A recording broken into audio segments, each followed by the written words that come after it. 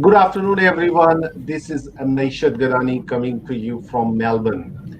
And we often are asked about what job should I do and how to find out what job is right for me. So today we are talking about career planning or career design process with Allan Gatenby. For those who are veteran watchers of this show, you might remember Allan. He appeared on this show for the first time, or the first show back in March, and he's back again. At that time, we spoke about probably something which was diametrically opposite. We spoke about uncertainty. And now today, after 225 episodes, we are talking about design. I think the life has taken a full circle, at least in career care package. And that's what we are going to talk about. I think it's a very interesting topic to discuss with Alan about the design, and that's what my newfound love for someone commented it's a graffiti. It's not a graffiti, it's a doodle that I drew about the design, and I really like that. And I thought so. We will talk to Alan, pick up his ideas on that. But as always, it is very important for you guys to participate into that. If you got questions, please throw in questions. If you got comments, throw in the comments as well, because this is going to be a very interesting discussion. But before we bring on Alan, let's welcome Caroline Brown, the co-host of the show. Thanks, Nation. It's fantastic to be here. And I was just reflecting on our very first show with Alan, where it was kind of like the world was on fire in some ways. And I just remember from that show just coming away and going, gosh, it feels bad now, but I've actually felt very, very uplifted with some of the things that you shared at that particular point in time around kind of like this too will pass. And, we've seen a lot of uncertainty and that type of thing. And now I think the dust hasn't settled. The dust is still swirling, but we know it's swirling. Do you know what I mean? And we know the reactions that we have, and we have some ideas about what gives us a sense of groundedness and certainty. So it's really lovely to have you back on the show and talking about, I guess, more of practical, purposeful type thing around career design. And for those people that the reason Nation sort of said, what job should I do? And we get a lot of questions around that, is that people don't know. So I think having this discussion with you today is going to be very enlightening. So thank you for joining us again. Thanks, Caroline and Naisha. It's great to be here and for all of us to still be healthy. Thank you. Thank you for that. And, once we may be separated socially, we're not, we're still very much connected. And so it is wonderful to be here. And, fascinating times since March to now. And just this morning, I was talking with teachers from the Philippines, provincial school in Naga City and Bicol. And, they are they're having a pretty rough time. And unlike Australia, their schools are all remote and will continue remote learning for some months yet. And that's taking a particular toll. So for 5 2-hour sessions for this next week at 10 a.m. our time, 8 a.m. their time, we're meeting and we're talking about what can be done. It's interesting, the topic this morning was the same topic we talked a little bit in March about, the pandemic as being certainly a challenging time, but it's also full of opportunity. And, I told the story of the 2 shoe salesmen going to Africa and, the same people seeing the same scenario, but with very different responses. And so, this is the same, we're coming back to that in a sense in terms of talking about life design and design elements, designing your career. Life goes on. And in one way, shape, form or another, life goes on. And we are in a position where we can choose whether we want to design our life or whether we want to live our life by default. And living by default is not such a bad thing. It's just for, it suits some people. It's where they feel most comfortable, that responding to the things and opportunities around them so that they haven't got to have a long-term plan. many of our Generation X and younger people have this view of life that tomorrow, I will have a tomorrow if I look after today. For baby boomers like myself, then we were raised to always take the long view and to see where you want to get to, and and your success or otherwise was measured by your ability to arrive at that point. So times have changed and situations have changed, but the one thing which has remained the same is we still have choice. We can either design our life or we can live it by default. Neither is bad, but they are two ends of a continuum. So I'm looking forward to this afternoon just sharing some of those ideas around what does design mean and what does leading your life by default mean, and how can we make the best of those two situations or scenarios. Now, I know, Naisha, you've been doing a whole lot of thinking and working and even drawing around this, yeah? So share with us some of your thinking. Yeah, that's right. And I think I picked up doodling as as an activity last year, in fact. But I reignited my love for this doodling out of watching some of the Twitter feed, and in particular one person, he does absolutely beautiful sketchnoting. And I also, Caroline might know, where we had a visual sketch artist in the Australia's Got Fresh Talent Peach Night as well, where he drew the visual resume of that person while he was delivering the pitch as well, and which was one of the biggest hit of that pitch night. But yes, so I've been doing a lot of thinking because I'm studying that as well, design thinking, and that really poses these questions around that how many you are just not one life, you are multiple lives in one life. And then how you can design something. I really I was really pretty bad at as a mechanical designer. I could not even draw a few straight lines, could not even understand the difference between an isometric and the plan and the elevations. But surprisingly, I'm now able to understand the design much more clearly than what I what I understood at that time, which is design is an opportunity to create something. I think that is what I see there. Is that in one of the I've been sharing a lot with with Caroline and you also, Alan. Is that you know uh, the guys that I follow on this design Stanford professors, and they wrote a book on designing your life, which is a very amazingly crisp book to read also. But they said that their door of their office says that begin where you are, and that is very powerful. That it's not that you have to be somewhere to begin something. It's that you go where you are, and where you are is okay. Now let's think about where you are and what can you do from it. I think that itself, as I also wrote down in my essay when I was writing to for my assignment, I said thinking about this had two impact on me. One was liberating, but another was confronting. Liberating because I said, hang on, I can do something now. I don't have to be just doing what I'm doing right now. In fact, confronting because I felt that the thing that I've been telling a lot of people was based on lot of what is it, skewed understanding that I had at that time. So that's why I had two thinking going on in my head at that time.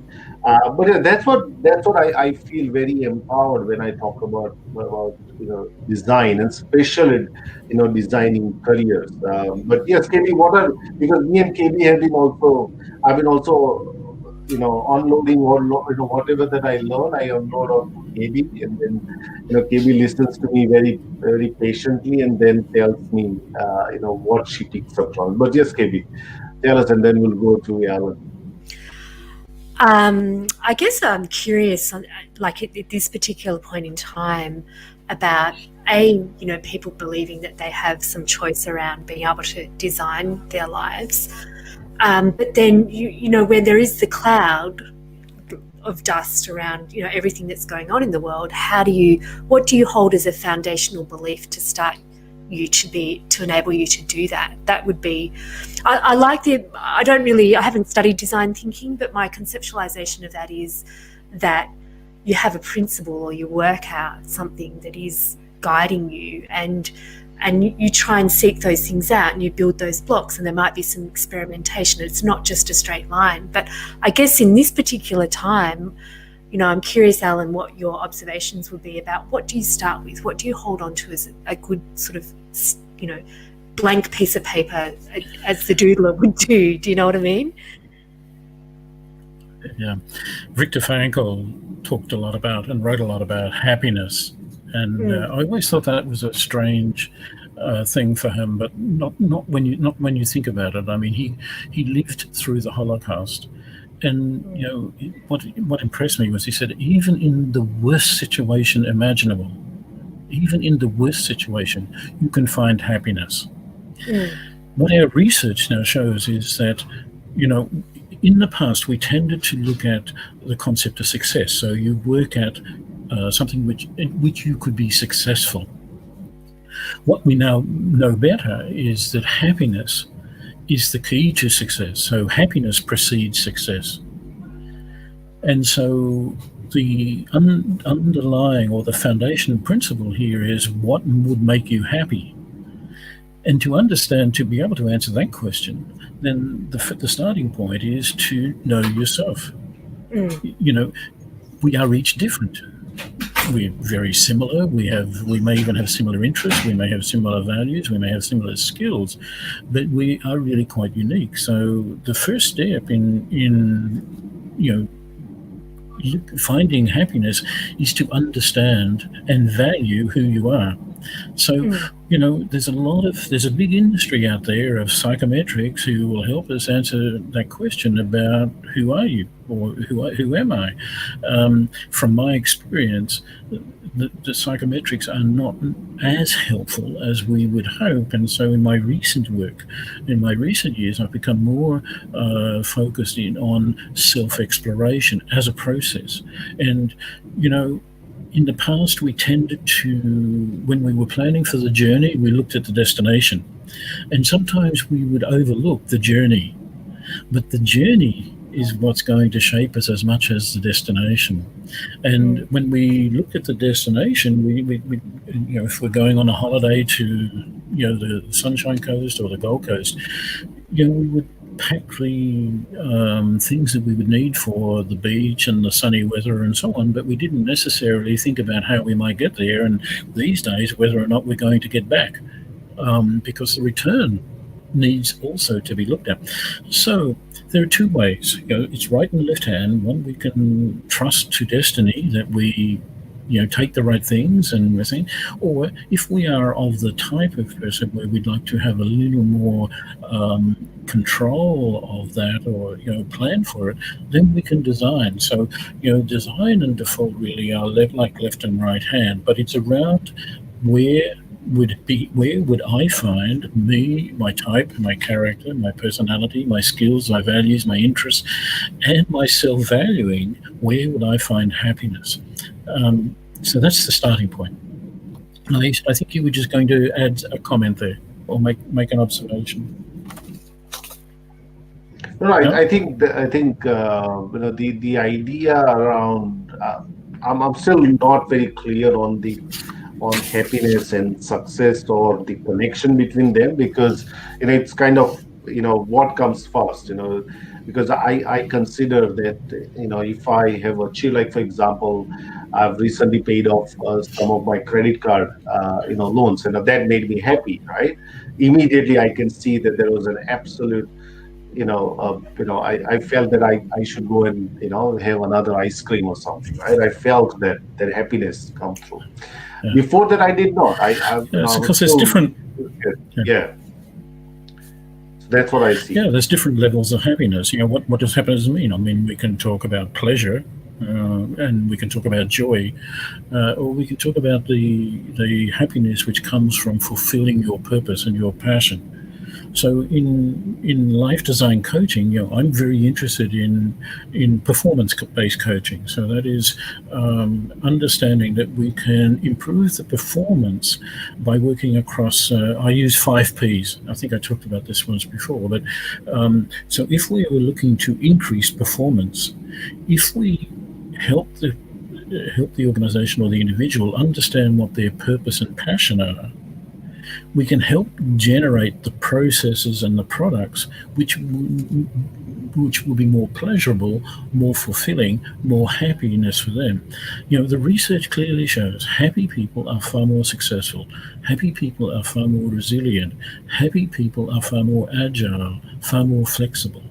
They are far more entrepreneurial. And when we talk about entrepreneurship, we're talking about happy people are far more able to engage in creative processes and to become innovative. People who are not happy tend to externalize that and tend to put barriers around becoming their own creativity, their own strength, and their own ability to innovate or take initiative. So clearly, to me, it's a non-negotiable. What we're looking at is saying, what would make you happy? What would give you a sense of purpose? And what sort of career do you want to have? And forget about paid employment for the time being. Let's just talk about purposeful activity which brings you pleasure through to satisfaction and happiness. So, I was going to say, part of the tyranny. Sorry, there's a bit of a delay. Caroline, Yep. Yeah. The tyranny of the past was that we presumed that people who were employed were happy, but we now know that not all people who are employed are happy, and we know also that that income is not a great motivator for increased performance or increased engagement or increased excellence. It's more around people will engage more, will do more, will be higher performing if they feel as though their passion and their purpose is being acknowledged and being utilized. So, when we look at passion and or happiness from different, from being an employee and from being an employer, it just makes good sense. Sorry, Caroline. No, that's all good. I'm curious about it because I think Nash raised a really great point around, okay, am I happy, like success, happiness. So success is paying off my credit card. There's a happiness, a sense of accomplishment around that, but I suspect maybe not so long term. So I'm just wondering, if you're going down this path, and you mentioned like the journey, going on this journey, and that's the guide, like to absorb things on the journey. What are some of those indicators that either you felt in your career or you've seen people feel in that path that tells them that that's a strong direction for them to pursue or a solid path? Yeah, really good question, Caroline, because my career has not been a typical career. And indeed, when we look at the career of, Super, one of the great career development theorists, his career was not, a typical career in that, I became a teacher for one reason and one reason only. I grew up on a farm. I had the opportunity. I could have gone to university and done arts law, but I was also offered a teaching scholarship. Now, as a 17-year-old, if you're confronted with the choice of being paid to do your training or your parents having to work harder for another 4 or 5 and maybe even 6 years so that you can follow a career choice, which do you choose? It wasn't really a love of teaching that took me into teaching. Now, I have no regrets and I'm full of gratitude. It's a wonderful thing. But, the career theory, was my skill set commensurate to teaching? In some, but I don't believe I was a really great teacher. There were many, many teachers who were far better at teaching than myself. But when I look back at the age of 55 and I took a significant career change from principalship to a private practitioner, then, when I finally found a career coach who understood me and wanted to help me rather than generating money for him, the first thing he did was to get me to go through some self-reflection and to go through my story of success and happiness, throughout my life. And when you look at that, very powerful tool, the narrative is very, very powerful, because what I began to see for the first time was that the way I am designed, my psychological type and my experience is all around leadership. My psychological type is what they call mastermind. So I was destined, if you like, to be in leadership roles. And that explains why, you can take a farm boy and put him into a large university college, and within a few months he's a leader there. Not only within the college, but within 3 years a leader of the state. And then principalship at 35 years of age, unheard of. Educational consultant and consulting, and even in my business now, doing things that I never really imagined that I would be able to do. How does someone like myself arrive at that, as opposed to someone who has planned their career? It's because it's to do with how you view the world, and how you view yourself, and how you view the world. My ambition is not to have X number of dollars in the bank, or even to have my credit card paid off. My ambition is to do the best possible job I could do at the time, and if there is an opening door, have a look, see what is in there, and and give things a go. You never know what it leads to. You never know where it goes. So I'm a great advocate of people who find themselves out of paid employment to get engaged, to be doing something which is close to their passion, working with people who, they will be noticed for all the right sort of reasons, and it will come. Stephen Covey reminds us in his research, in the 7 Habits of Effective People, he says, around abundance mentality. When you share what you have to offer, suddenly the pie gets much bigger.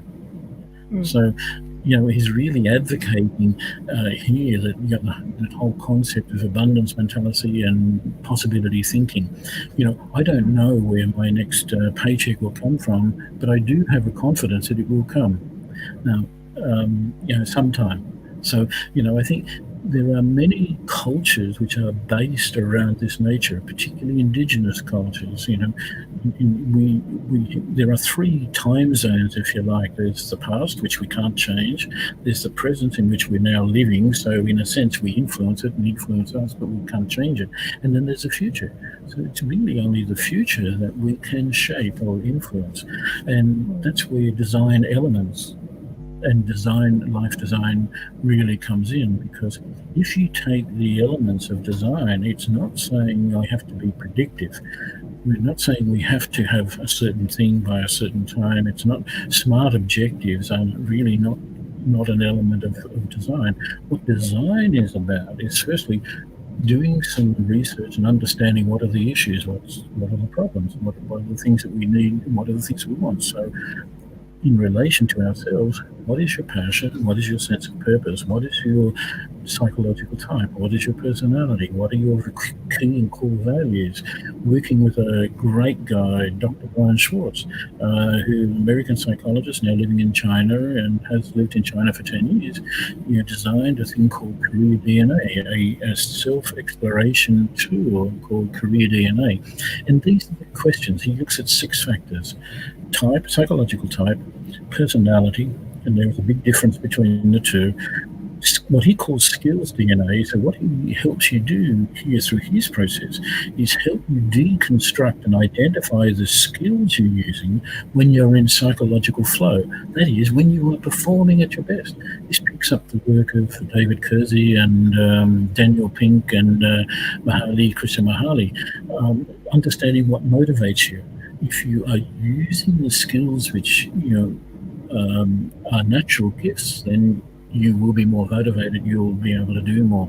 He also looks at values, interests, and roles, occupational interests and occupational roles. And also then the sixth one, which is also unique, is understanding or self-confidence. We will only achieve success to the level that our self-esteem will enable us. So if we have low self-esteem, our chances of success are low. If we have high self-esteem, if we value what we do, if we have confidence in what we do, if we understand where our strengths are and we focus and keep focused on those strengths, then we can push through many, many thresholds. I learned as a very young lad, growing up in the country, I was better than average at sport, and I went to state level in athletics and a few sports. I spent hours literally pounding the pavement along the country roads around Dorrigo, and you understand threshold. I understand triathletes, the thresholds that they can go through. I'm not advocating pain for pleasure here. What I'm just simply saying is that you can be amazed at the strength you have when you begin to know and to value what you have to offer and who would also value that. So this brings in the whole idea of, finding and working and living in your tribe, working where you can be most effective. Sometimes I think we try to spread ourselves too thin or too thinly. So again, part of my learning is focus and concentrate on those things you are best at. Believe in the goodness that of the gifts that you've been endowed with. Make it possible, because when you share that, suddenly the pie gets bigger. Yeah? Did I? Yeah, I hope no, I answered your question thanks, there. Alan, for that. Yeah, just quickly, Ishani Balin Poonam, welcome. Poonam is saying yes. So if you can probably speak to close to the microphone, Alan, because someone's saying that your voice is not clear. I don't know. It's coming, far clearer to me. But if there is a possibility, if you can then just take the next step around this. So first is obviously reflection and looking at yourself.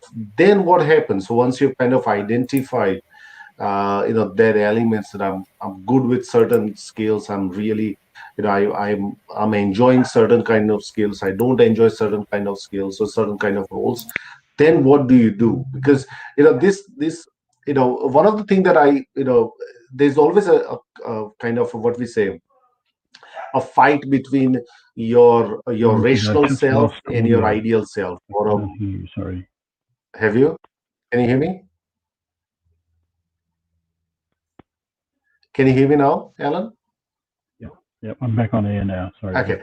Okay. No, Okay. So what I'm no. saying is that there's always a conflict between a rational self, which thinks rationally about, yes, I want to, become an engineer, I want to become a lawyer, and then there's a more, what is a creative self, a more liberating self that wants to take you into a different direction. How do you deal with that kind of conflict? Because in design, that's one of the things that I have not yet fully been able to kind of answer that for people, or answer it for myself too, because I still have got a mortgage to pay, unlucky enough, but how do you kind of balance that those things, and what are some of the thinking around that? How could people think through those dilemmas?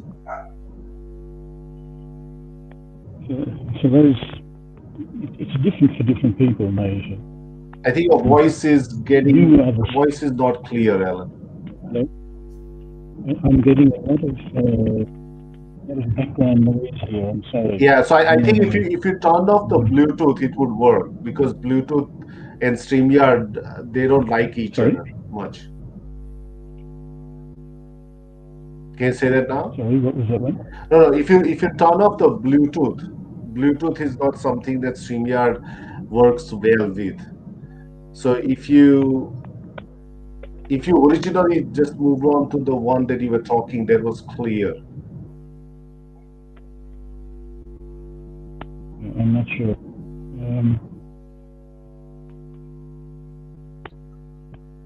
just trying to look at the Yeah.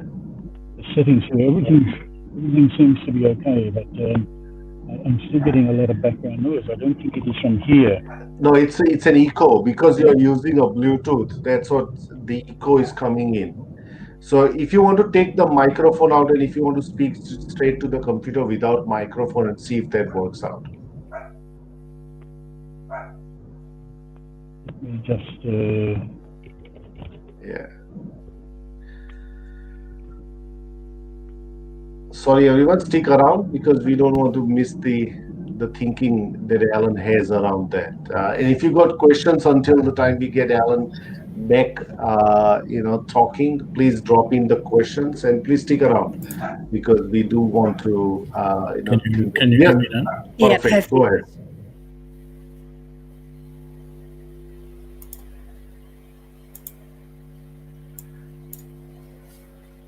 Aisha, can you hear me now? Is that better? Okay. Much better. For different people, the decision-making process will be different for different people. If it is controversial, but if we follow the lobe of dominance sort of theory, left lobe people will want a systematic way. Your engineering background would have taught you that there is a systematic way that you you gather and organize and make sense of data and then make a decision based on the data that you have in front of you. But an artist doesn't necessarily work that way. Or someone who prefers to work on the right lobe does not make decisions that way. And indeed, if we follow the work of Carl Jung, we notice that Jung was interested on 4 continuums, and the second of those was between the sensate and the intuitive person, and the third was between the thinking and the feeling person, and the fourth continuum was around perceiving and judgmental. And this gives us insight as to how different people will receive, make sense of, and make decisions about or execute according to their style. So for those who are, say, more like an engineering mind, they will need to weigh up the information and look at the pros and cons and look for the best fit. Intuitive people will make decisions according to their gut feel. And if you try and force them through a decision-making process, it's going to be very frustrating for them. So as a coach, it's important that we understand the different nature of people, different gifts of people, and the way in which they both receive information, make sense of it, and then use it, and then execute. And so that's why, a more general platform rather than a psychometric is of greater help to me. Understanding story and seeing what, where they have in the past. The past is still the best predictor of the future. So past performance, past behaviours are still, good predictors, reliable predictors of the future. So we need to hear and we need to listen, we need to hear and we need to understand and help people feel comfortable with their decision-making style. So no one style will meet all people's needs.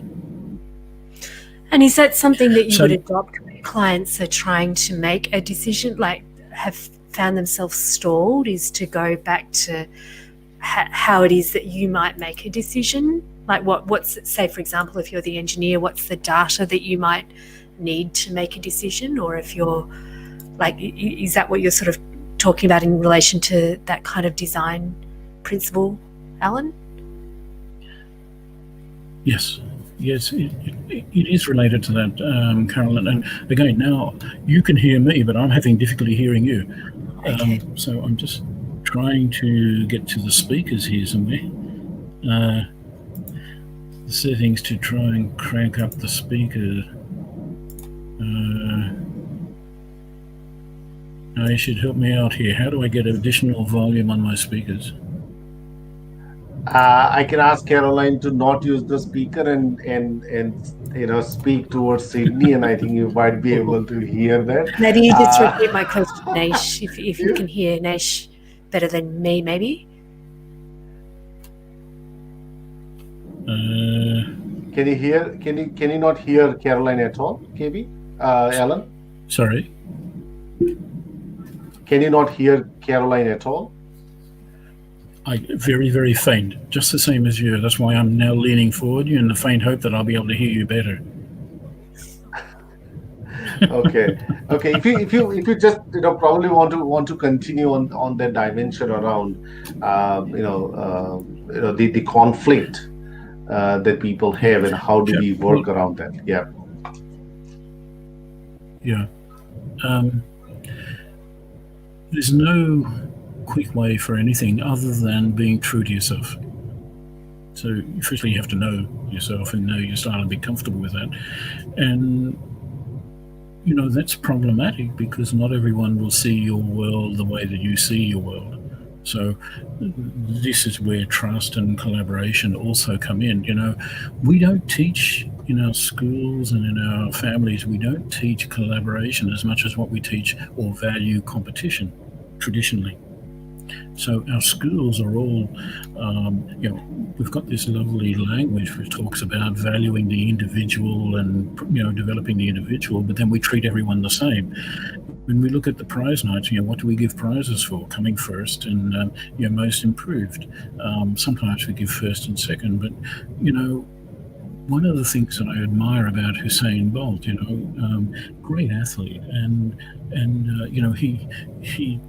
he must have attended a Ben Zander course because he understood that he could not look so great if it wasn't for the other competitors. So he always thanked his competitors and recognized that, he was dependent upon them to look so good. Because a race is not, when you're running against the clock or just against yourself, then, that's different to when you are competing, against other competitors. And yes, at one level, you want to be the best. But you can only be the best when you have others around you in that sense. So Ben Zander, famous for his story about, he had an epiphany when he was the conductor of the Boston Philharmonic Orchestra. He realized that he was the only musician in the room not making a sound. So as the conductor, everyone applauded him, but he hadn't made a sound. His power and his, if you like, success came from the musicians who were making sounds in the room to be making beautiful sound. And so, yes, his successes was completely at the hands and the feet of his musicians, the people that he was leading. So that's an important concept in terms of leadership, and partly around self-leadership. To understand the whole concept of, the importance of service, the importance of collaborating, working with people rather than working in competition with people. And when we break open collaboration, and we look at the core elements, what does it take to collaborate? It just doesn't naturally happen. A friend of mine, we met for coffee last week, and he was saying he's teaching at a university and he's doing a lot of virtual teaching. And he said, Alan, when I put people into breakout rooms and I go around the rooms and have a listen, he said, it absolutely amazed me the number of people who were just sitting in the room not saying a word. In other words, they had no social intelligence. They didn't know how to start a conversation with people they didn't know, or in a sense, they saw as competitors. Now, to have collaboration, you must have communication. You must have a decision-making process. So you must have a conversation around what are we going to do together. So we get a decision, but then you must also have trust, because your decision will only work if both parties do their bit in the agreement.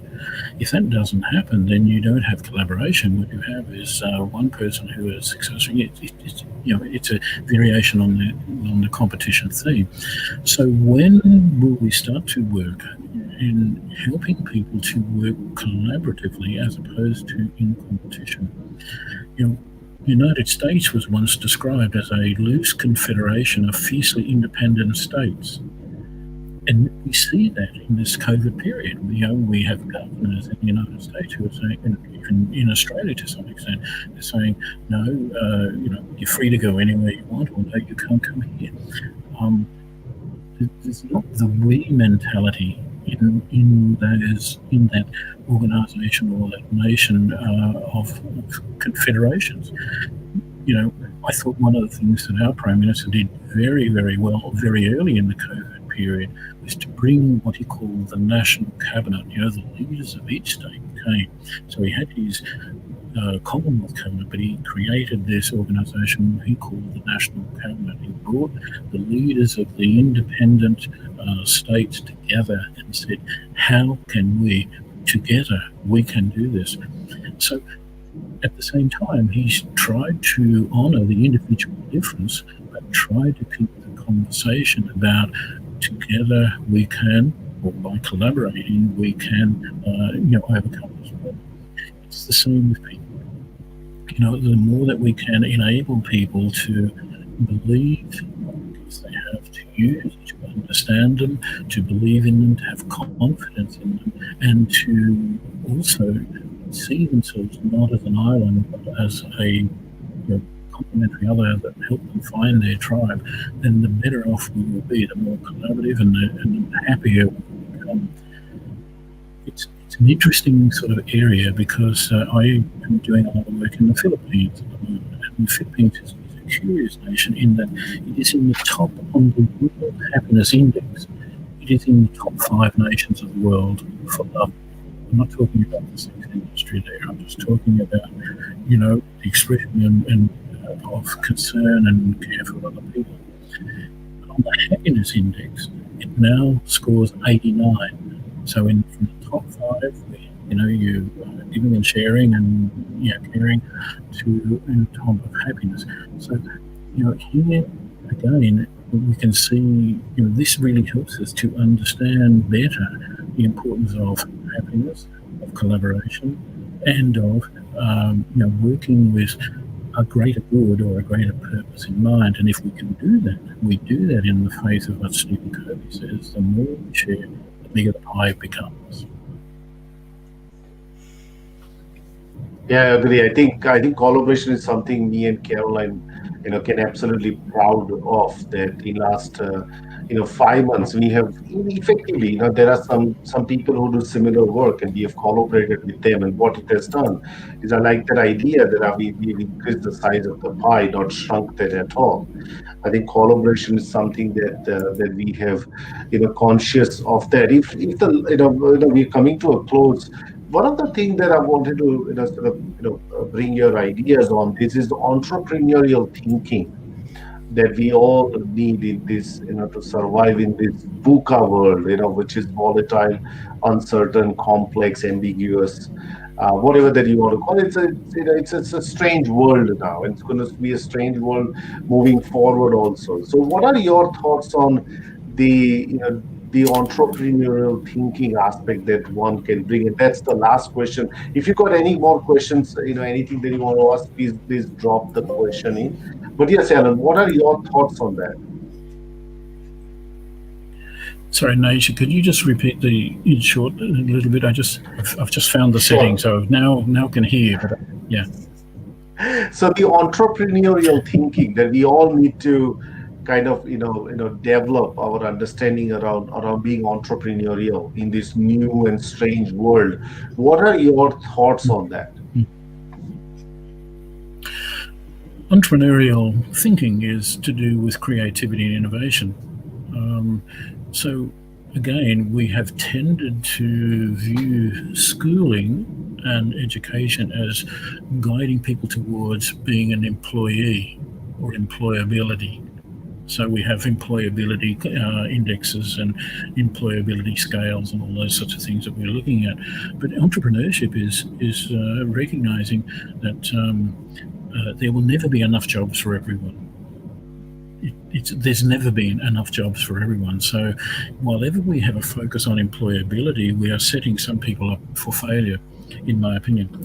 So being entrepreneurial is finding ways to still have purpose and contribute to to the outcomes of your community, your family, your local community or whatever, but contribute in non-traditional ways, in creative ways, in innovative ways. So entrepreneurship is not to be confused with enterprise, which is starting a business.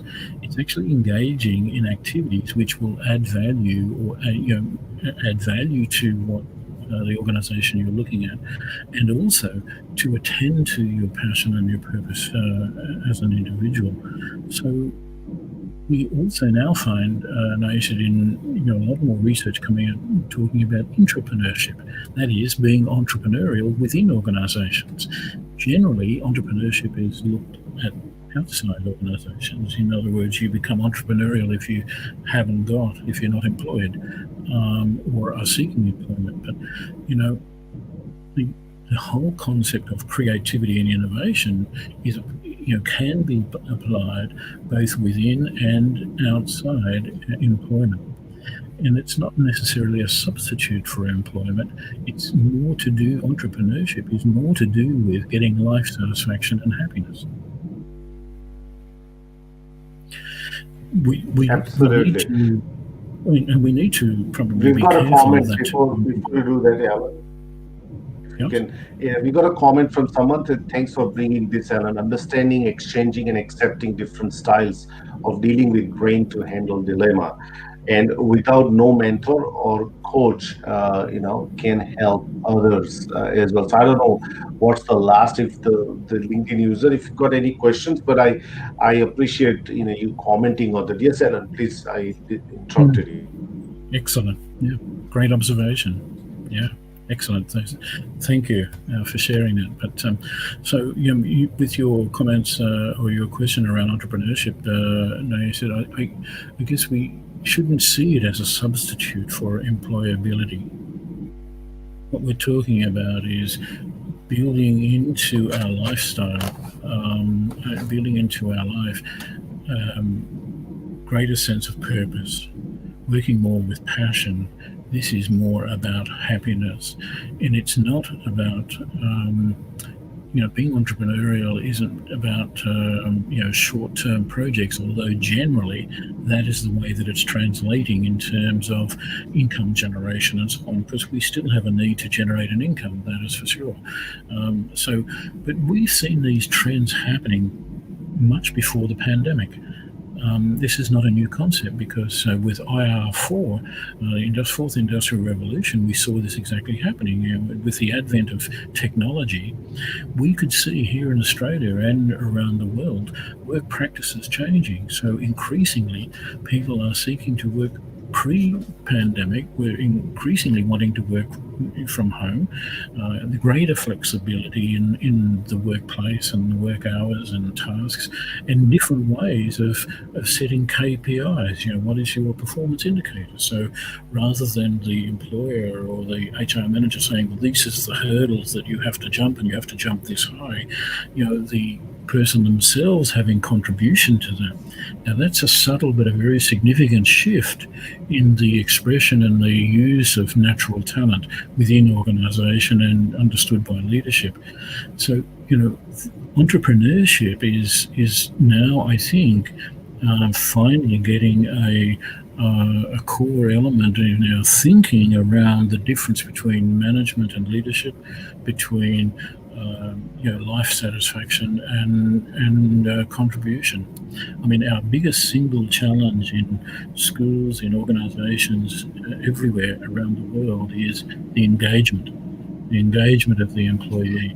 And the Linda Hill's work from Harvard University, she did some fantastic work, a longitudinal study about those organisations which thrive in periods of rapid change. IR4 has commonly been called VUCA times.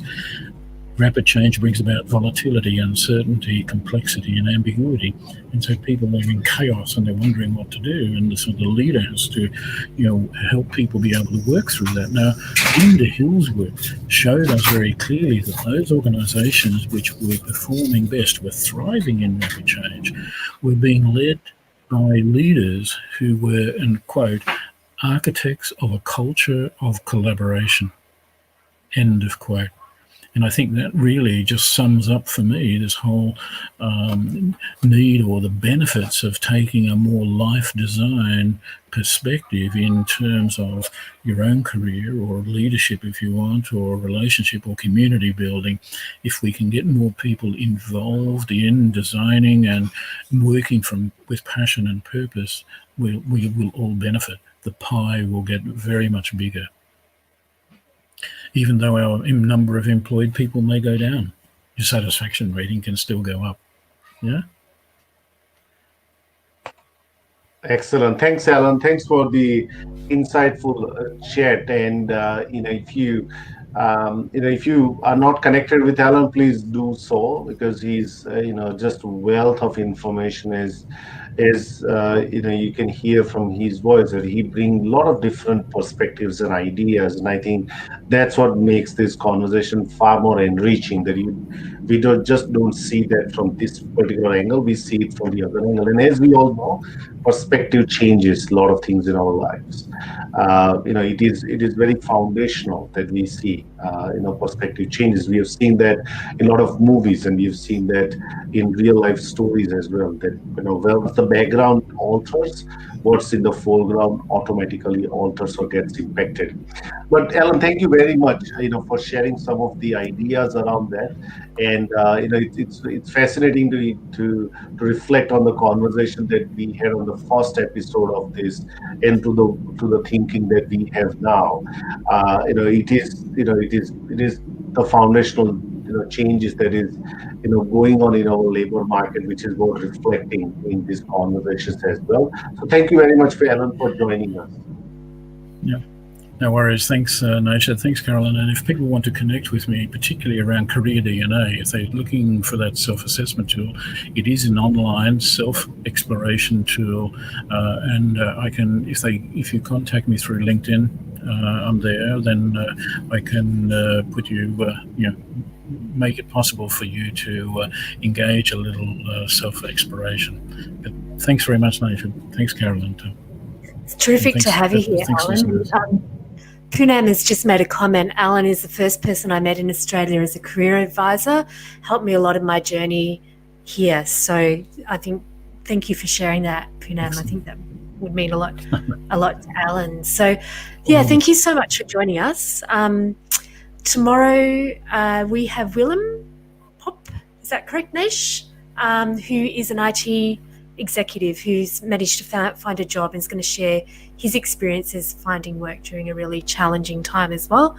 If you're watching on YouTube and you like what you hear, please give us a thumbs up and subscribe, and follow the hashtag Career Care Package on LinkedIn. And I'll hand it back to you, Naish.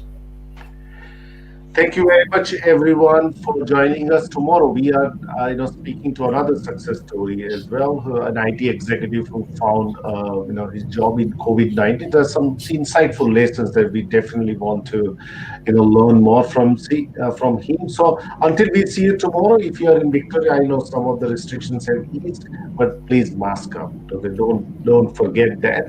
And we shall see you tomorrow, 3 p.m. Melbourne time. Until then, stay safe, everyone. Bye for now. Bye, everyone.